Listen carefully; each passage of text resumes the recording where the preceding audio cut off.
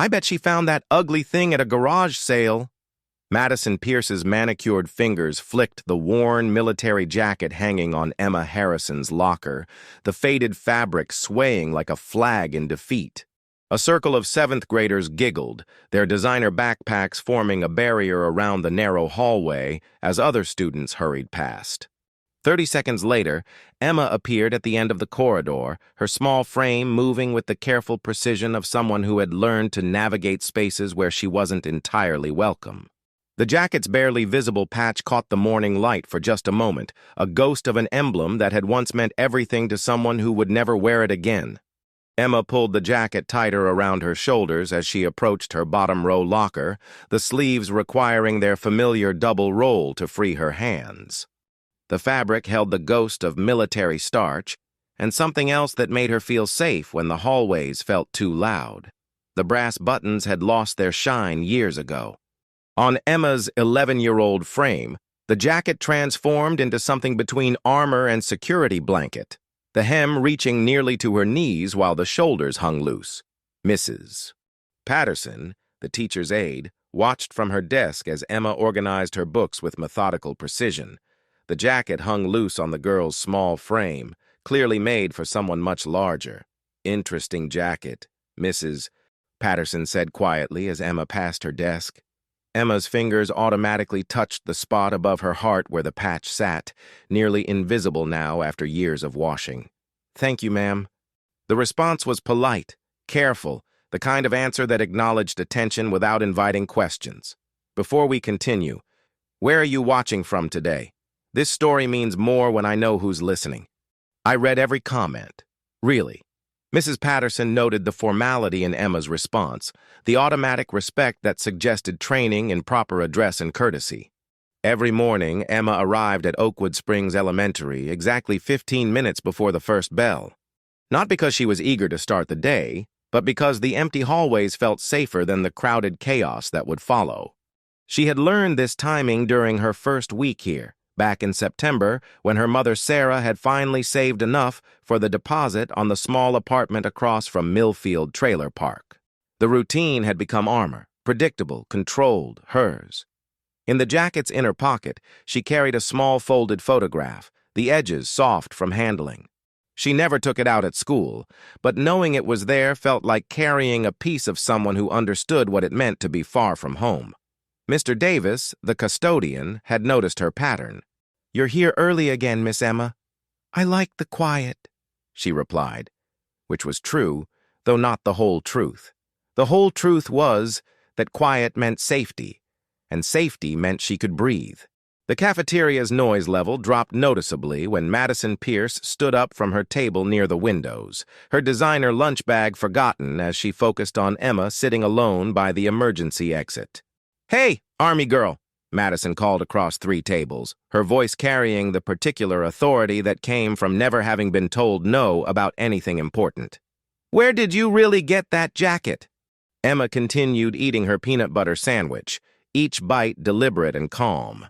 The free lunch program sandwich was exactly what it looked like, but she had learned to eat it with dignity. "I asked you a question," Madison pressed, taking 2 steps closer. Her followers, Brittany and Chloe, flanked her with practiced formation. Emma swallowed her bite, took a sip of water, and looked up. "It belonged to my father." "Right," Madison's voice dripped skepticism. "And I'm sure he was some kind of special forces hero, too." The guess was closer to truth than Madison could have known, and Emma felt her pulse quicken. But she had learned that silence was often stronger than defense. Master Chief David Harrison had worn this same jacket during his stateside rotations, the brief periods between deployments when he could almost pretend he was a normal father with a normal job. Emma remembered him adjusting her seatbelt before school, the fabric of his sleeves smelling like military detergent and something else that meant safe and home. The last time she had seen him wear it was during a 2-week leave in March, 5 years ago. He had taught her to tie proper knots, to check her corners before moving through doorways, to always know where the exits were.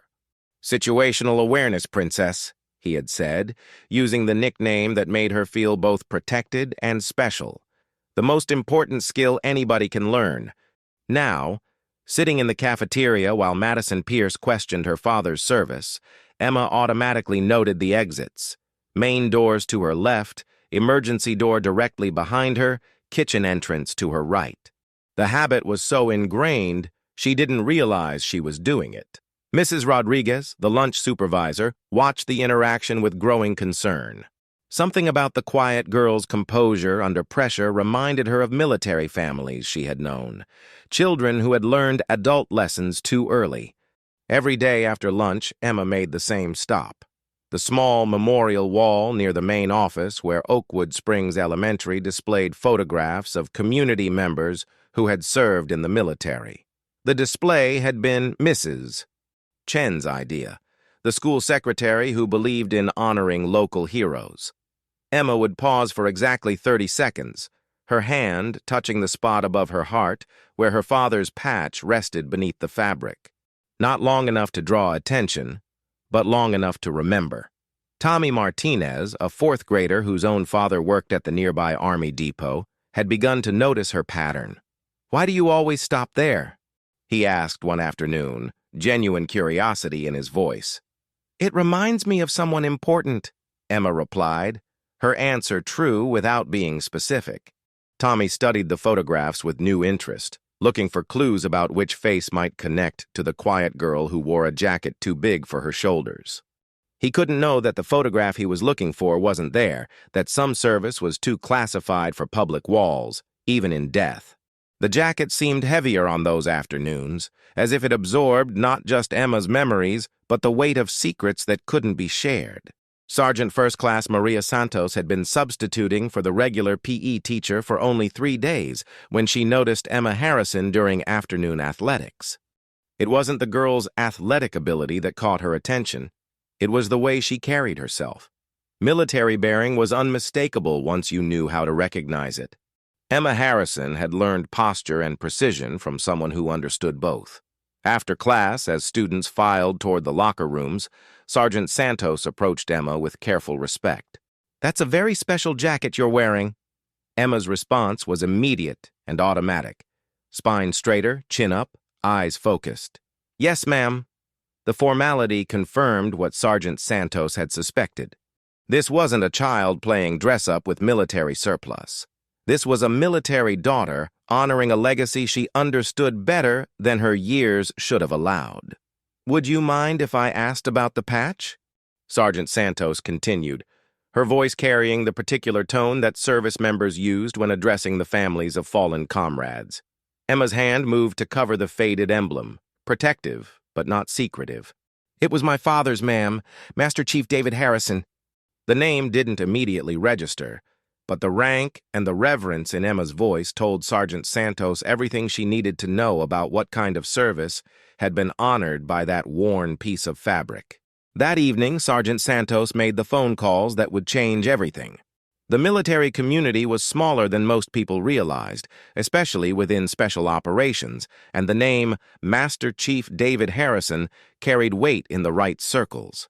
By Wednesday morning, Colonel Robert Hayes's office at Fort Campbell had received a detailed report about Emma Harrison's situation at Oakwood Springs Elementary. The colonel's interest was immediate and personal. He had served alongside David Harrison during classified operations that were still too sensitive for public discussion. "Schedule a school visit for Friday," Colonel Hayes told his aide, "Veterans Day Assembly, and make sure we have all the paperwork on Master Chief Harrison's final mission." The aide understood the underlying message. Some military families carried burdens that civilian communities couldn't comprehend, and sometimes it took direct intervention to ensure those families received the respect they deserved. At Oakwood Springs Elementary, Principal Margaret Foster received a phone call Thursday afternoon that elevated her routine Veterans Day planning into something unprecedented. A full colonel requesting to speak at their assembly was honor enough, but his specific interest in addressing military family respect suggested dimensions she wasn't fully prepared to handle. Emma Harrison sat in her math class, unaware that her quiet dignity under pressure had set in motion events that would finally provide the recognition her father's classified service had always deserved. Friday morning arrived with crisp November clarity. Emma dressed with particular care, ensuring that her father's jacket was clean and pressed, the faded patch positioned properly over her heart. At Oakwood Springs Elementary, the gymnasium had been transformed for the occasion. American flags flanked a speaker's podium, while rows of folding chairs created formal seating that demanded respectful behavior. Madison Pierce sat with her usual group near the front, her confidence based on her assumption that military ceremonies were boring affairs that adults used to lecture children about patriotism. Emma took a seat near the back of the gymnasium, her positioning strategic rather than humble. From there, she could observe the proceedings while maintaining easy access to exits if the attention became overwhelming. Colonel Hayes entered the gymnasium with commanding presence that immediately silenced every conversation in the room. His dress uniform was immaculate, ribbons and badges displaying a career of distinguished service. "Students and faculty of Oakwood Springs Elementary," Principal Foster began, "it is my extraordinary honor to introduce Colonel Robert Hayes, United States Army, who has come to speak with us about military service and sacrifice." Colonel Hayes approached the podium with measured steps. "Thank you, Principal Foster. Before I begin my prepared remarks about Veterans Day, there's something more important I need to address with your school community." The deviation from expected programming created anticipation throughout the audience. Madison Pierce felt uncertainty as she noticed the colonel's attention seemed to focus on the area where Emma Harrison was sitting. "3 days ago," Colonel Hayes continued, "I was informed about a situation at your school involving a young girl who was being mocked and harassed for wearing what some people assumed was fake military gear. That young girl is Emma Harrison, and this jacket belonged to her father, Master Chief David Harrison, United States Navy." The formal introduction created immediate silence as people processed the implications of official military validation for claims they had been encouraged to doubt. "Master Chief Harrison served with distinction in some of our nation's most dangerous and classified special operations," Colonel Hayes continued. "I had the privilege of serving alongside David Harrison, and I can tell you that he represented the very best of American military service." Sarah Harrison sat in the front row, tears streaming down her face as she heard her late husband's service acknowledged publicly for the first time since his death. On September 15, 2018, Colonel Hayes announced, Master Chief Harrison died while leading a rescue mission in Syria that saved the lives of 12 American personnel, including myself.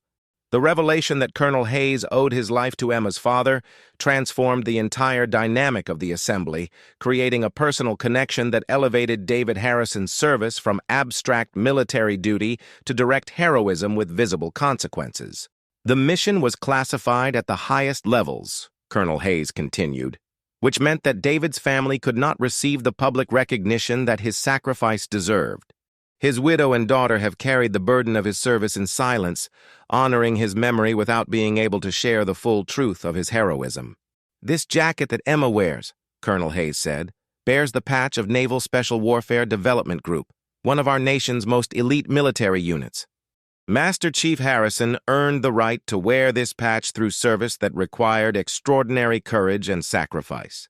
The official identification of the patch silenced any remaining doubt about Emma's legitimacy, providing definitive proof that the harassment she had endured was based on ignorance rather than truth. "The children who mocked Emma for wearing this jacket," Colonel Hayes said, his tone becoming stern, "were insulting the memory of a man who died serving his country. They were attacking a military family that has already sacrificed more than most people will ever be asked to give." The public rebuke created accountability throughout the gymnasium as students who had participated in Emma's harassment faced the reality that their behavior had been directed against someone whose family had served with genuine heroism. "But Emma's response to this treatment," Colonel Hayes continued, "has been exemplary.